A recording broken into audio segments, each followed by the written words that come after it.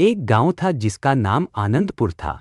वहीं रहता था एक भोला किसान मोहनलाल, जो अपनी बेवकूफियों से हर बार अपनी फसल बर्बाद कर देता था। बारिश के मौसम में जब पूरा गांव धान की खेती करता, तब वह तरबूज बोने बैठ जाता। सुनीता, मोहनलाल की पत्नी, अरे सुनते हो क्या, जब सब धान बोएंगे तब तरबूज कम मिलेगा, मुनाफा ज्यादा होगा। सुनीता गुस्से में, बिल्कुल दिमाग खराब हो गया है तुम्हारा, बारिश में तरबूज होता है क्या। मोहनलाल की एक बेटी थी, अनवी। अनवी बहुत समझदार लड़की थी, गांव भर में लोगों की मदद करती फिरती। एक दिन जब वो गांव की एक बुजुर्ग महिला शांताबाई के घर के पास से गुजर रही। बूढ़ी माँ, आप रो क्यों रही हैं। शांताबाई, बेटी मेरे रसोई की छत गिर गई है, मदद मांगी पर कोई आया नहीं। अनवी, रुको माँ, मैं हूं ना, दोनों मिलकर छत को ठीक कर देती हैं। शांताबाई, बेटी तू तो फरिश्ता है। अनवी, जब तक मैं हूं आपको चिंता करने की जरूरत नहीं है। हर दिन ऐसा ही होता था और हर दिन अनवी को घर लौटने पर डांट मिलती। सुनीता, गांव वालों को मदद करने से तुझे क्या मिलेगा।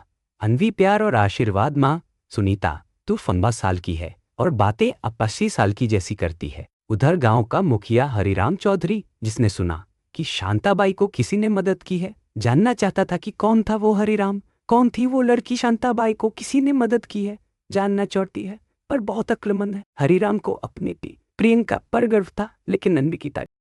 प्रियंका कमंडी लहजे में, एक गरीब किसान की बेटी मुझसे ज्यादा समझदार, अगर ऐसा हुआ तो मैं उसे गांव में नहीं रहने दूंगी।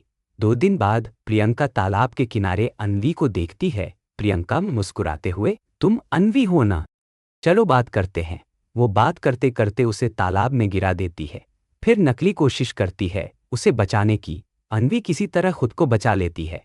कुछ दिनों बाद मोहनलाल और हरिराम में जमीन को लेकर विवाद होता है।